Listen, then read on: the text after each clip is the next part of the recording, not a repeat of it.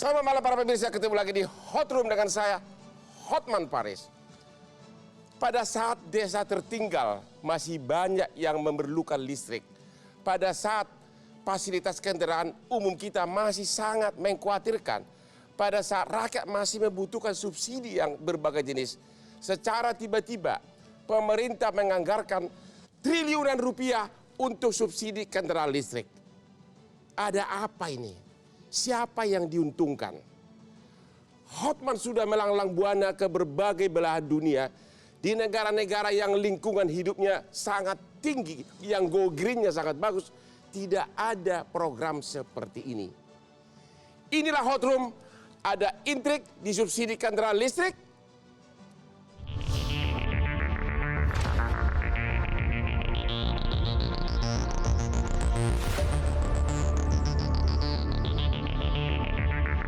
Pemerintah memberikan subsidi kendaraan listrik sebesar 80 juta rupiah untuk mobil listrik dan 7 juta rupiah untuk motor listrik. Selain itu, pejabat eselon 1 dan 2 pun akan mendapatkan alokasi anggaran mobil listrik sebesar 700 sampai 900 juta rupiah per orang. Lantas, apakah pemberian subsidi ini tepat sasaran? Padahal menurut data PLN masih tercatat 4.400 desa 3T yang belum mendapatkan pemerataan listrik selama 24 jam. Bukankah ini juga menjadi tanggung jawab pemerintah untuk memprioritaskan masyarakat mendapatkan pemenuhan hak standar hidup yang layak? Selain itu, program subsidi kendaraan listrik ini juga tidak memiliki aturan atau kewajiban bagi pembeli kendaraan listrik untuk melepas kepemilikan kendaraan berbahan bakar minyak yang mereka miliki. Lalu apa tujuan pemerintah gencar mempromosikan subsidi kendaraan listrik ini? Benarkah untuk kebaikan masyarakat dan juga lingkungan, atau hanya untuk menguntungkan kalangan tertentu saja? Tapi sebelum kita diskusi, saya tidak bisa, otak saya tidak jalan kalau saya belum minum kopi kesayangan saya ini. White coffee, kopi luwak. Aduh, langsung saya berdebat bisa kuat semalam. Oke, kita lihat dulu grafis berikut ini. Nah, inilah anggaran 1,4 triliun untuk subsidi motor listrik dan 1,6 triliun untuk subsidi mobil listrik. Dan untuk bus listrik 48 miliar dan 1,4 miliar. Pertanyaan pertama kepada jenderal kita, Bapak Jenderal TNI Muldoko, Kepala Staf Kepresidenan, Ketua Perkumpulan Industri Kendaraan Listrik. Pertanyaannya, kenapa ini? Apa alasannya tiba-tiba program ini diadakan? Ini kita menghadapi sebuah persoalan negara ini. Oke, persoalan yang pertama adalah import BBM kita sangat tinggi. Sehingga ini menguras APBN kita. Persoalan yang kedua adalah persoalan lingkungan. Karena pemerintah Indonesia berkomitmen kita menuju zero emisi pada 2060. Yeah. Kendaraan listrik adalah momentum yang sangat tepat bagi Indonesia untuk melakukan lompatan. Ini saatnya sekarang. Nah, itu dari sisi bagaimana kita mensikapi APBN kita, mensikapi lingkungan kita yang semakin baik. Kenapa itu dilakukan? Karena pemerintah memiliki visi besar tentang masa depan. Maka dengan EV ini diantaranya bagaimana kita memperbaiki environment. Yang kedua bagaimana kita justru menurunkan subsidi untuk BBM. Tapi rakyat kita kan masih banyak miskin. Ntar dulu, bahwa di dalam subsidi itu ada 4 hal yang dipersyaratkan. Yaitu? 1, orang-orang mendapatkan KUR. Oke? Ya. Yang kedua, orang-orang yang memiliki kemampuan listriknya hanya 900 ke bawah. Ya. Yang ketiga, para pengusaha yang mendapatkan bantuan usaha menengah kecil. Ya. Itu yang jumlahnya 1,4. Itulah syarat-syarat subsidi. Oke, jadi karena pemerintah Indonesia punya visi besar. Ya. Kalau gitu Pak Dedi, tadi udah dengar tadi Pak Muldoko, Bapak salah satu yang mengusulkan diadakan petisi menolak. Apa alasan Bapak? Baik, makasih Bang. Begini, oke lah, kita memang, saya setuju Pak, ada migrasi dari BBM fosil ke listrik, dan itu adalah keniscayaan Ya. bahwa kita memang harus membersihkan kualitas udara kita dari emisi gas karbon. Tapi ada keberatannya di sini. Keberatannya adalah subsidi tersebut. Subsidi tersebut karena jalanan kita ini sudah macet. Jadi frame saya adalah kemacetan karena saya membaca dari sisi transportasinya. Jadi alasan Bapak karena itu akan menambah kemacetan. Sebelum ada subsidi itu sudah macet. Oke. Apalagi ditambah dengan subsidi. Tapi kan go green, nggak ada polusi. Gak masalah. Kalau sama-sama macet kan juga tidak produktif kan. Walaupun bagus mobilnya go green, tapi kan tetap macet. Kan tidak Jadi produktif. alasan utama Bapak menolak karena menambah macet. Menambah macet. Karena kita sudah sejak 2013 dengan munculnya mobil LCGC itu sudah disubsidi. Ya. Akumulasinya sekarang ini kan sudah macet sekali jalanan. Tapi kalau itu konversi, saya setuju. Dengan motor atau mobil kita yang lama, Ya. itu sebagai tiket untuk pengambilan mobil baru listrik. Karena sekarang kan konsepnya kan tidak seperti itu Pak. Jadi beli baru dengan harga murah. Tapi Anda setuju kendaraan listrik itu dulu? Setuju. Kok Anda bikin buat petisi menolak? Subsidinya yang kita tolak. Subsidinya yang ditolak. Subsidinya. Kenapa ditolak? Karena dengan dana besar itu paling tidak kita bisa mengalokasikan kepada daerah-daerah lain yang infrastrukturnya lebih membutuhkan. Seperti contoh kemarin Lampung. Misalnya apa? Harusnya prioritaskan subsidi yang besar itu. Begini, angkutan massal kita kan lemah sekarang. Ya. Apanya? Angkutan umum massal kita. Ya. Seharusnya kalau kita memang transportasi kita berhasil, itu modal share kita itu minimal 50% pengguna angkutan umum ataupun 50% pengguna kendaraan pribadi. Ya. Nah sekarang ini pengguna angkutan umum kita itu di bawah 20%. Di Jakarta kalau kita membaca surveinya Jutpi 2018, pengguna angkutan umumnya itu hanya 9%. Berarti 91% itu adalah mereka menggunakan kendaraan pribadi. Jadi yang harus diprioritaskan apa? Angkutan umum massal. Ya. Kalau angkutan umum massal seperti MRT, ya contohnya kereta cepat, kita selalu bingung mencari dana, soft loan lah atau mencari hutang dan lain-lain. Tapi kalau untuk industri otomotif, mengapa diberikan mudahnya subsidi? Ya. Seperti itu contohnya. Sebenarnya kita membutuhkan angkutan massal. Ya, seperti kita contohnya kemarin, kita mau impor KRL second dari Jepang, itu pun dipersulit dengan alasan bahwa itu kereta bekas tidak layak untuk diimpor atau dibeli karena itu juga tidak ada kandungan TKDN 40%. Ya. Sementara produksi kita di Inka sendiri itu juga kewalahan untuk memproduksi. Jadi Anda berpendapat sebaiknya subsidi itu untuk memperbaiki fasilitas kendaraan umum? Angkutan umum fasilitas. Oke, kita istirahat dulu, akan kembali setelah yang berikut ini.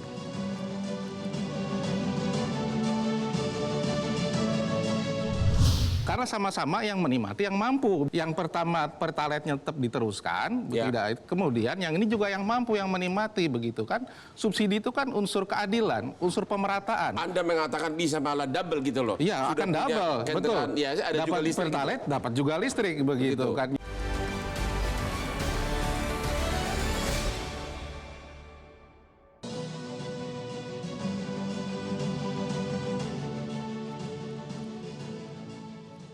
Ketemu lagi di Hot Room. Berikut ini kita akan melihat insert grafis pemerataan listrik di desa. Ini yang pertama dulu, baru menyusul yang lain. Desa di Indonesia yang belum mendapatkan aliran listrik.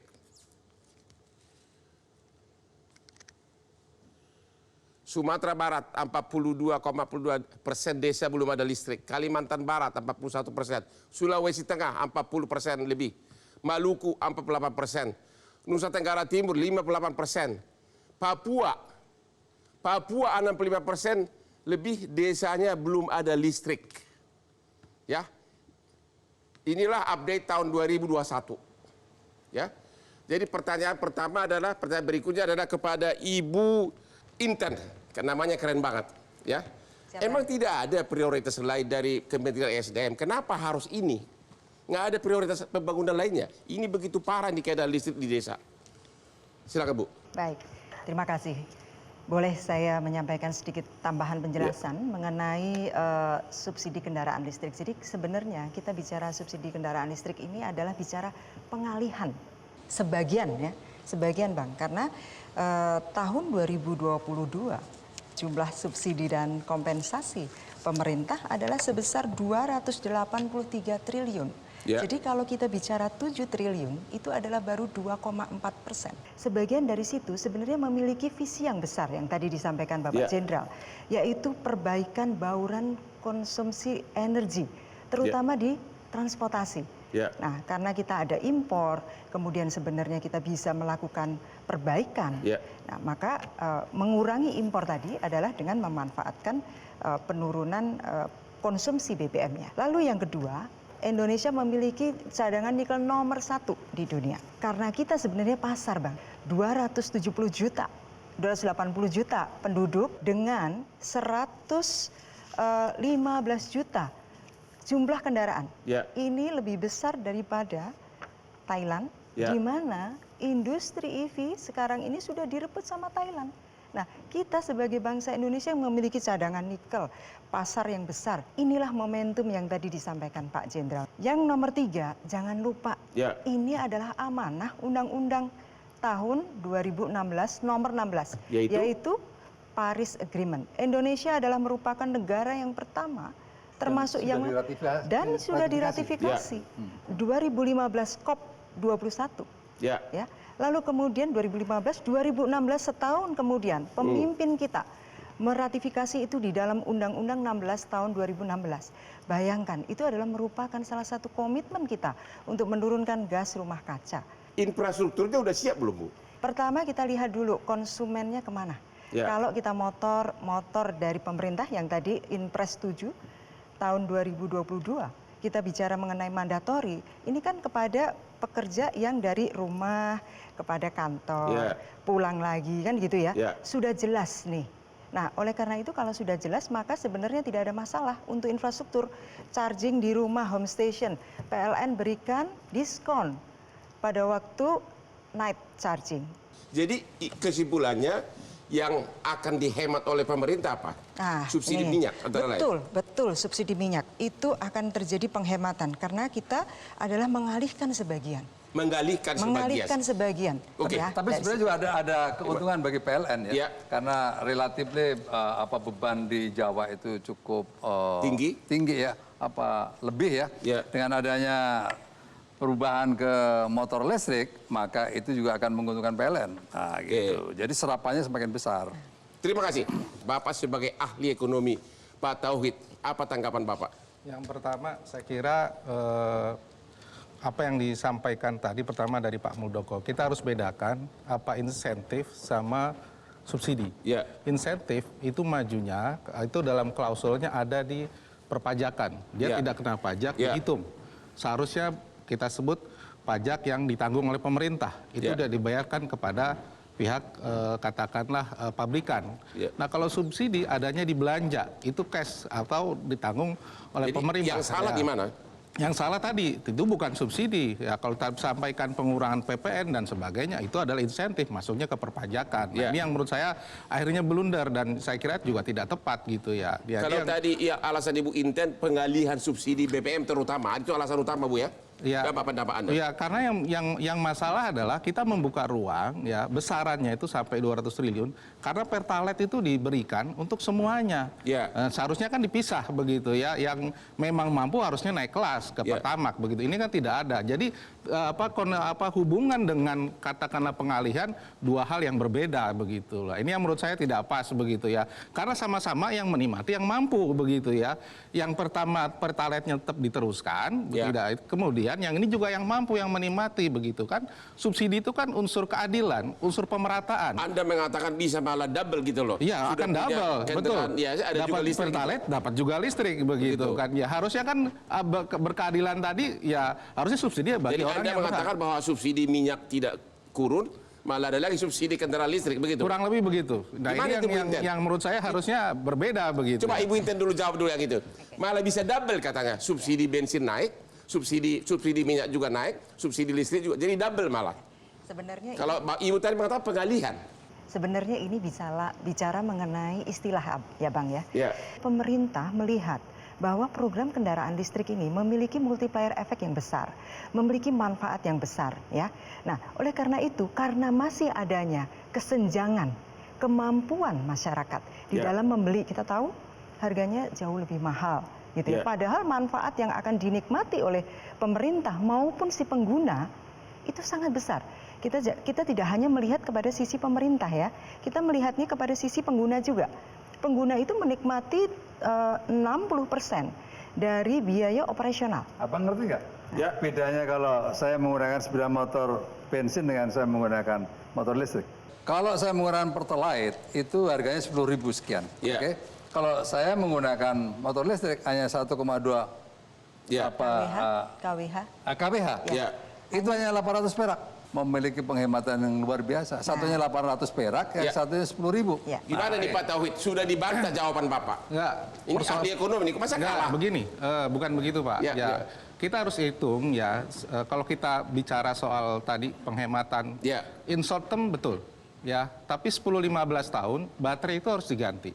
Ya. Apakah pemerintah punya second skenario ketika baterai diganti 100% plus kerusakan yang lain? Karena itu biayanya separuh daripada harga unit. Harga unit dengan penyusutan, harga baterainya masih tetap tinggi. Baik kendaraan roda 2 ataupun roda 4. Itu yang pertama begitu ya. Yang kedua tadi mengenai soal pricing ya. Kita tahu memang kalau kita lihat pricing harga kendaraan konvensional itu 2 kali lipat ya. Problemnya adalah siapa yang menikmati. Kita bedah. Oke, sekarang kendaraan mobil listrik itu jelas bukan punya kita. Di India dia berikan subsidi kendaraan sendiri. Di China dia berikan subsidi, dia produksi kendaraan sendiri. Di kita berikan subsidi bukan merek kita. Ada TKDN 3540, tapi lihat komponennya, barangnya dari impor. Kemudian TKDN komponennya apa saja? Ada pelatihan. Nah, pelatihan kok disebut TKDN. Nah, apa itu yang membuat siapa yang diuntungkan itu ya tadi jelas ya produsen yang menjual dan memproduksi begitu. Nah, ini yang kemudian harus ditelaah. Jangan sampai kita memberikan fasilitas tapi nilai tambahnya bukan kita yang memiliki. Nah, ini yang kemudian kita rugi 2 kali begitu. APBN-nya kena, nilai tambahnya bukan ke kita begitu. Oke, istirahat dulu deh ya, ketemu lagi di Hot Room. Jangan sampai kita mengalihkan limbah dari udara bersih, tapi justru air dan tanah kita yang terpolusi.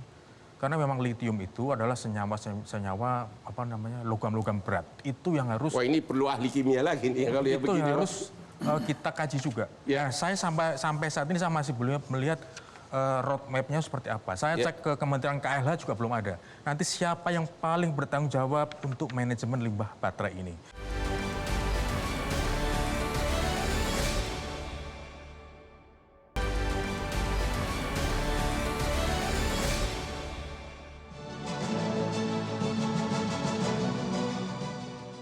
Ketemu lagi di Hot Room dan selalu diawali dengan kopi terbaik dari Hotman Paris White Coffee. Oke, berikut ini kita akan melihat dulu grafis subsidi untuk kendaraan listrik untuk pejabat negara. Eselon 1 akan dapat subsidi 966 juta per orang. Eselon 2 746 juta per orang. Kendaraan motor listrik untuk ASN 28 juta per unit. Pengadaan kendaraan listrik operasional kantor 430 juta per unit. Inilah besarnya subsidi untuk para pejabat. Pak Faldo, bukannya para pejabat itu sudah kaya, kok masih disubsidi sih? Ya, sebenarnya kan hal seperti ini sudah dianggarkan berkali-kali ya Bang. Bahwa memang ada alokasi anggaran yang memang digunakan untuk para pengambil keputusan lah, yang biasa kita sebut dengan pejabat. Tapi memang upaya ini, upaya hilirisasi, upaya konversi yang tadi disampaikan oleh Pak Kastaf sama Ibu Intan, itu adalah upaya yang memang upaya jangka panjang. Program hilirisasi Pak Presiden Jokowi yang sudah disampaikan dengan kita membatasi raw material kita dilempar keluar dan kita dalam derajat tertentu harus bertarung di pengadilan internasional untuk menghadapi ini gitu. Ini adalah upaya yang serius gitu loh. Nah, upaya yang serius ini, konversi ini memang dilakukan untuk tadi conversion BBM yang ratusan triliun kita harus habiskan per tahun untuk lifting minyak kita yang tinggi. Kita bukan negara OPEC lagi loh Pak. Ya. Kita negara pengimpor sekarang. Dan oleh karena itu juga kita juga melihat orang-orang yang memiliki kemampuan lebih, bisa jadi mobil-mobil yang kelas A, B tadi yang dikritik oleh Pak Dedi gitu, ya mereka kan beli mobil kedua, dia akan beralih gitu. Upaya ini memang harus dimulai Bang. Perusahaan-perusahaan di Indonesia. Jadi pejabat disubsidi itu tujuannya agar contoh aja gitu? Enggak, itu memang alokasinya sudah ada juga setiap tahunnya gitu. Tapi kita, karena gamenya kita pengen ngasih gambaran. Bahkan di konferensi-konferensi besar juga kemarin G20, kita pakai mobil listrik gitu. ASEAN kemarin juga mobil listrik, bukan gimmick loh Bang ini ya. Ini bukan gimmick gitu. Tapi ini adalah upaya yang serius yang ditunjukkan oleh pemerintah dalam hal ini di bawah pemerintah. Jadi alasan utama adalah konversi subsidi BBM. Konversi Bang, karena kita tahu bahwa net zero emission itu di 2050 yang tadi disampaikan oleh Pak Kastaf tidak akan tercapai kalau kita nggak akan mulai. Yang kedua, kita juga tahu bahwa kita bisa menurunkan impor BBM kita dalam hal ini. Dan yang ketiga, 51%. Jangan lupa Pak Hotman, kita itu... Sebentar dulu. Tadi contoh juga nih, Pak Hotman. Tadi Ibu Inten mengatakan 51% bisa berkurang subsidi BBM, impor BBM. Itu benar nggak sih? Terlalu besar ya. Pertama ya, kita harus lihat berapa sih jumlah pejabat. Ya, oke, eselon 1, 2, KL, kalau kita hitung misalnya eselon 1 KL 10 lah. Sedikit gitu kan. Gimana bisa konversi 51% gitu? Asumsinya apa yang dibangun? Kendaraan yang sekarang roda 4, Pak Tauhid. Ya, roda 4 ya, sekarang itu baru sekitar angka 2.000, 3.000. Ya roda 2 memang lebih banyak begitu ya. Jadi angkanya terlalu besar menurut saya generalisir. Yang kedua adalah kita juga harus menghitung opportunity cost. Tapi kan harus dimulai dari awal. Betul. Tapi tidak langsung berangkat dari subsidi pejabat begitu. Di negara-negara lain yang kita pelajari ya, di Eropa, di India, Cina dan Amerika, bukan dimulai dari pejabat, harusnya tapi siapa? Kendaraan umum itu yang harus disubsidi. Nah, ini yang kemudian harus paling banyak. Kendaraan transportasi dari masing-masing misalnya ya, kendaraan operasional untuk BUMN, untuk mobilitas transportasi pos. Kan mobil operasional. Nah, itu yang paling banyak. Kalau pejabat contoh ya subsidinya yang harus dinikmati oleh segelintir orang. Nah, ini yang kemudian menjadi problem begitu loh. Oh, kalau gitu kita lihat dulu deh grafis ketidakpuasan masyarakat. Ini dari Indef, punya beliau ini, dari Indef nih, ya. 80% masyarakat di internet tidak sepakat dengan subsidi kendaraan listrik karena pembeli mobil listrik tak butuh subsidi, tidak butuh subsidi, Pak. Ini Indef, Bapak ini yang mimpin. Kenapa ini? Maksudnya kenapa ini? Ini kan percakapan di media sosial kita tangkap. Ya. Kita tangkap begitu. Ya, bisa aja pakai buzzer. Silakan Pak, yang buzzer itu biasanya siapa yang berikan? Oke, kita nggak tahu ya Pak. Siapa yang berikan? Siapa yang berikan buzzer Pak? Masa kita bayar duit dari mana begitu kan?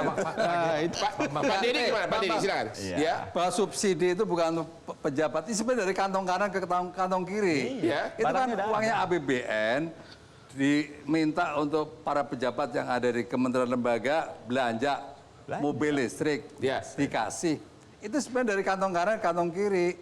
Bukan untuk pejabat itu sendiri. Itu untuk megang duitnya, Bang. Gitu. Oke, silakan Pak Dedi tadi. Jujur saja Pak. Saya masih belum melihat adanya roadmap dari pemerintah mengenai masalah mobil listrik. Kalau kita mau konversi ke mobil listrik atau kendaraan listrik, paling tidak ada sampai hulu dan hilir. Nah, yang saya lihat sampai saat ini itu baru hulu. Tapi yang hilirnya itu adalah masalah manajemen pengelolaan baterainya. Kita tahu bahwa baterai listrik ini itu adalah litiumnya itu adalah senyawa limbah yang luar biasa lah. Jangan sampai kita mengalihkan limbah dari udara bersih, tapi justru air dan tanah kita yang terpolusi. Karena memang litium itu adalah senyawa logam-logam berat. Itu yang harus. Wah, ini perlu ahli kimia lagi nih kalau ya itu begini. Yang harus kita kaji juga. Ya, saya sampai saat ini saya masih belum melihat roadmap-nya seperti apa. Saya cek ke Kementerian KLH juga belum ada. Nanti siapa yang paling bertanggung jawab untuk manajemen limbah baterai ini? Karena limbah baterai ini 5 tahun atau 8 tahun itu juga harus juga harus dibuang.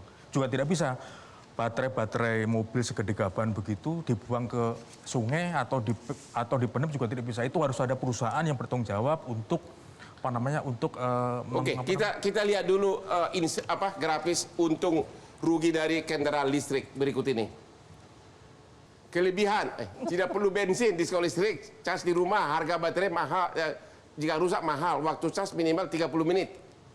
Kelebihan lagi, pajak lebih murah, ramah lingkungan, bebas ganjil genap. Ya. Kekurangan, jumlah pengisian baterai umum masih terbatas, khawatir lintasi genangan air, jarak tempuh terbatas. Ini menarik nih.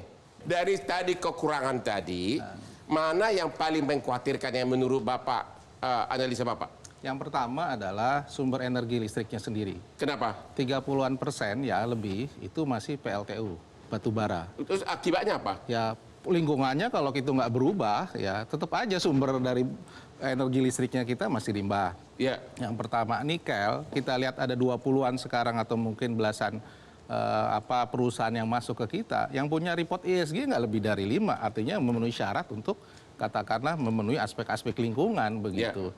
Sehingga kita khawatir gini, kalau begini terus dan dibiarkan itu yang akan bermasalah. Nah itu yang kedua. Yang masalah ketiga, apa terutama? Masalah lingkungan jelas nggak dikawal. Jadi menurut Bapak tujuannya kan untuk go green. Kok Ya. Bapak bilang malah ya karena di hulunya yang malah kita belum, terbalik. ya enggak, yang di hulunya yang dikawalnya belum begitu konkret nih begitu. Hilirnya oke, di hulunya gini. Ini kita harus lihat turunnya nggak boleh kita hilir bicara subsidi, tapi ini nggak dibangun. Yang ketiga soal hilir nggak oke, hulu juga nggak oke dong, Pak. Iya harusnya ini kan nggak di hilirnya oke ini bukan soal ini ya subsidinya yang masalah begitu ya. Subsidinya yang masalah.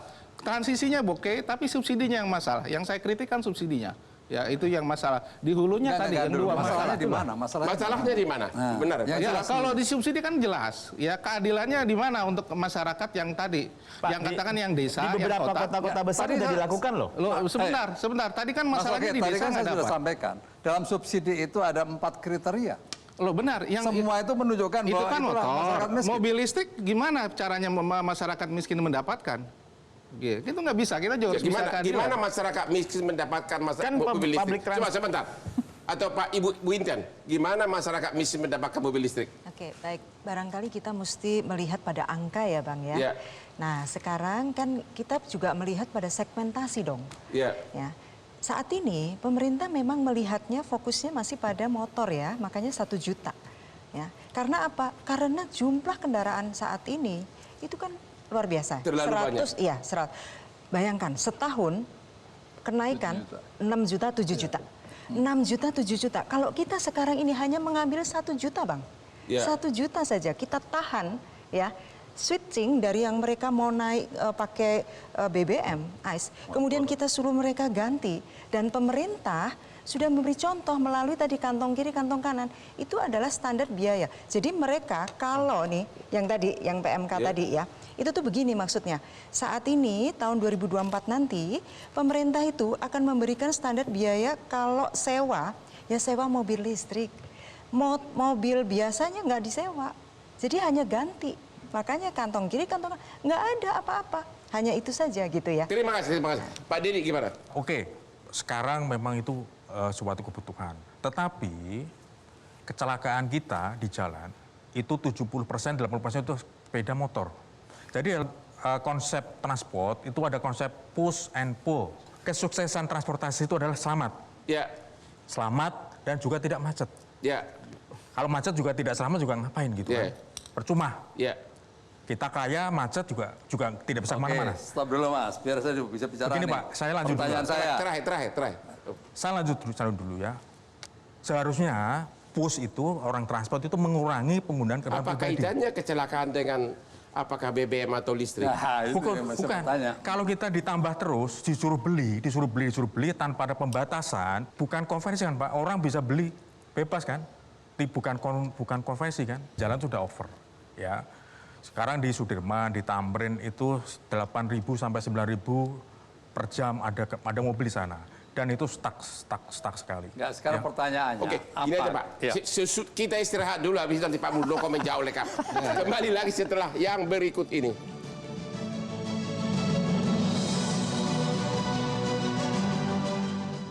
Kira-kira berapa lama diperlukan waktu untuk membuktikan bahwa ini program ini memang great idea gitu loh? Oke, baik. 1 juta ini harus berhasil, sukses. 2 tahun ini harus sukses. Terima kasih. Ya. Pak Tauhid 2 tahun katanya, 2,5 tahun. ya saya kira butuh waktu lebih lama.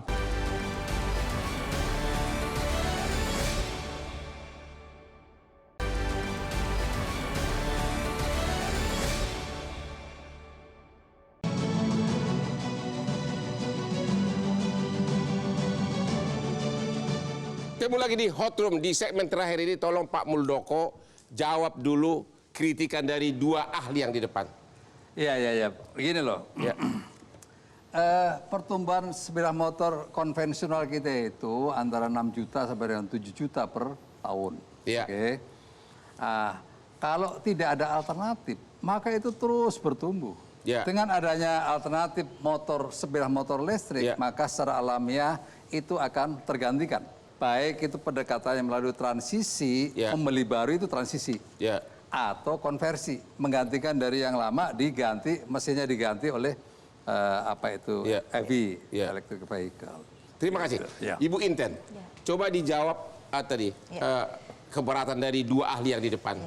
Tadi malah saya mau menggarisbawahi yang disampaikan Pak Deddy Herlambang mengenai konversi ya Pak, betul. Ya. Salah satu terobosan adalah konversi. Ya. Karena apa? 145 juta kalau kita ambil yang saat ini 2023-2024 ini sebanyak 200.000 itu sangat kecil sekali. Ya. Bahkan Kementerian SDM sebenarnya memiliki satu visi roadmap yang tadi bilang roadmap.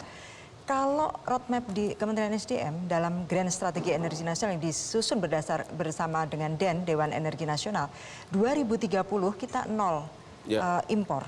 Nah kalau kita nol impor, ditarik mundur hitung-hitungan matematika, ketemunya itu 13 juta Bang. Unit motor listrik di tahun 2030, 13 juta. 13 juta tadi kami di Kementerian SDM mentargetkan 6 jutanya adalah dari konversi. 6 juta dibandingkan 140 sekian hanya 0,5%.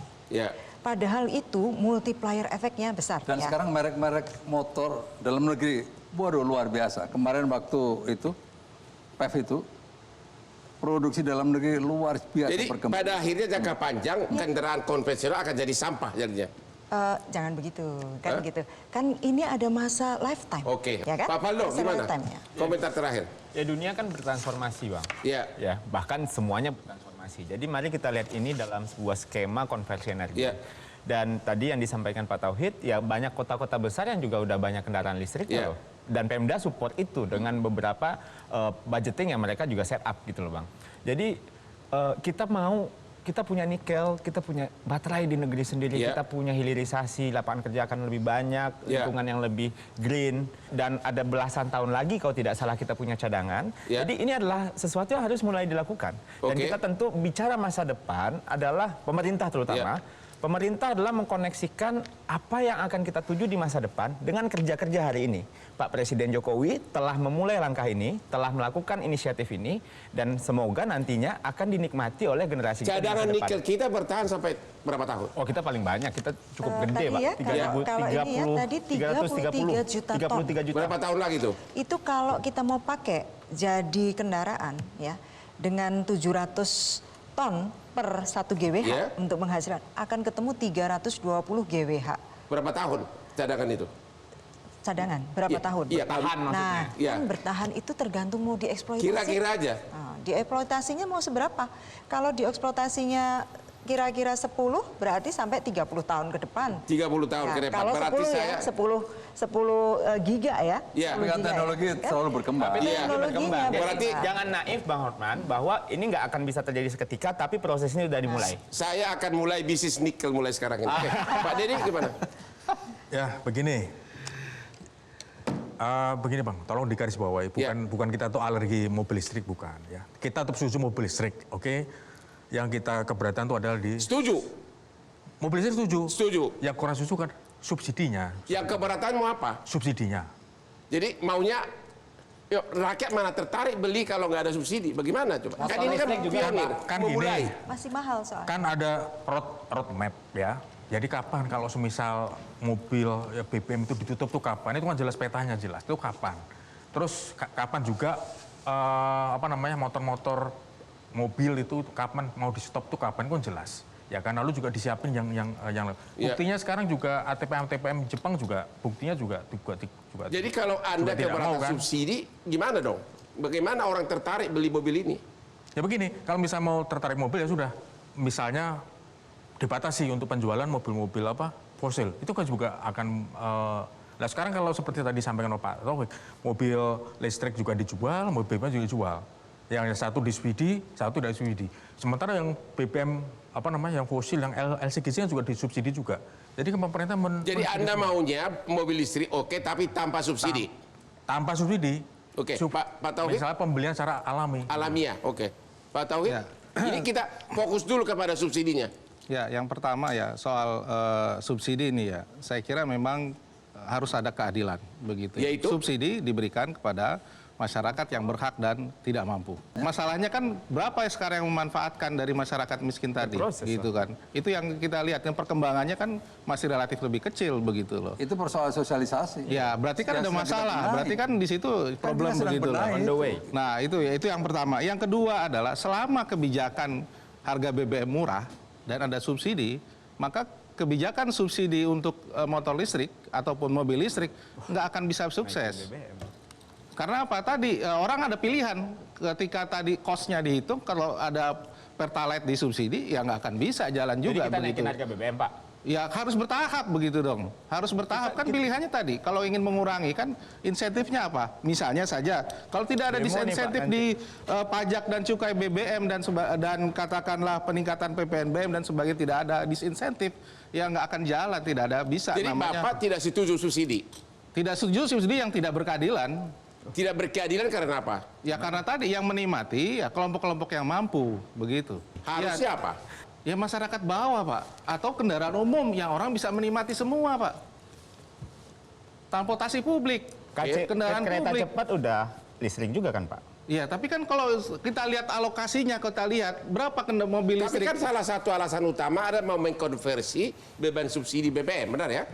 Loh, iya Pak, tetapi kan harga BBM kita itu masih relatif murah, Pak. Kita kan bukan bicara BBM nih. Loh, kan kita tadi kan asalnya mengurangi BBM, motor Pak, ya. mobil listrik. Betul, harga kan tadi asal muasalnya dua tujuan, lingkungan dan BBM. Ya, BBM itu kan subsidinya besar. Kalau pemerintah ngiringin subsidi BBM, kan asalnya Pertalite itu tidak disubsidi. Ingat loh, dulu premium, berubah ke Pertalite subsidi, masyarakat sudah enak begitu. Problemnya adalah pemerintah tidak melakukan itu secara bertahap. Jadi menurut Bapak subsidi yang lebih tepat untuk apa sekarang ini? Ya. APBN itu subsidi dipakai untuk apa? Ya, listrik saya kira tadi 900 sudah dapat ke bawah, Pak, ya. Ya, kemudian katakanlah tadi subsidi pengeluaran perpajakan UMKM ke bawah itu dikasih, Pak. Ya, bantuan sosial itu diberikan. Sudah gitu, itu mencakup 4 persyaratan tadi. Artinya apa? Ya kan itu kalau kita lihat kenapa harus yang di luar masyarakat yang tidak miskin tetap dianggap sama begitu loh. Ini kan yang harusnya ada prioritas. Oke, Ibu Inten. Kira-kira berapa lama diperlukan waktu untuk membuktikan bahwa ini program ini memang great idea gitu loh? Oke, baik. Sebenarnya ini sudah clear. 2 tahun yang sudah 2 tahun menurut Ibu sudah dicanangkan oleh pemerintah 1 juta ini. Sebenarnya ini adalah sebagai trigger, Bang. Oke. Trigger. Singkat aja, berapa tahun kira-kira baru ada hasilnya? 1 juta ini harus berhasil, sukses. 2 tahun ini harus sukses. Terima kasih. Pak Tauhid 2 tahun katanya, 2,5 tahun. Ya, saya kira butuh waktu lebih lama. Pertama, baterainya yang kita gunakan bukan produksi dalam negeri. Oke, 2024 baru kita produksi. Artinya nilai tambahnya kita nggak dapat dari baterai. Oke, motor listrik memang produksi dalam negeri ya, tetapi baterainya kita belum. Jadi butuh waktu lebih lama. Mobil listrik belum diproduksi sama sekali oleh orang Indonesia, produsen dalam negeri. Tidak ada dukungan yang kuat di situ. Jadi menurut Bapak berapa tahun? Butuh lebih dari 10 tahun untuk 10 ini. 10 tahun? Iya. Kalau begitu kita akhiri aja dulu diskusi ini, karena masih terjadi perbedaan yang besar. Namun sebagai kesimpulan, terlalu dini untuk menilai sekarang ini apakah ini great idea bakal sukses atau tidak. Inilah kesimpulan yang dapat kita tampilkan malam ini. Dan jangan lupa selalu nonton Hot Room setiap hari Rabu jam 9.30 hanya di Metro TV yang hot-hot.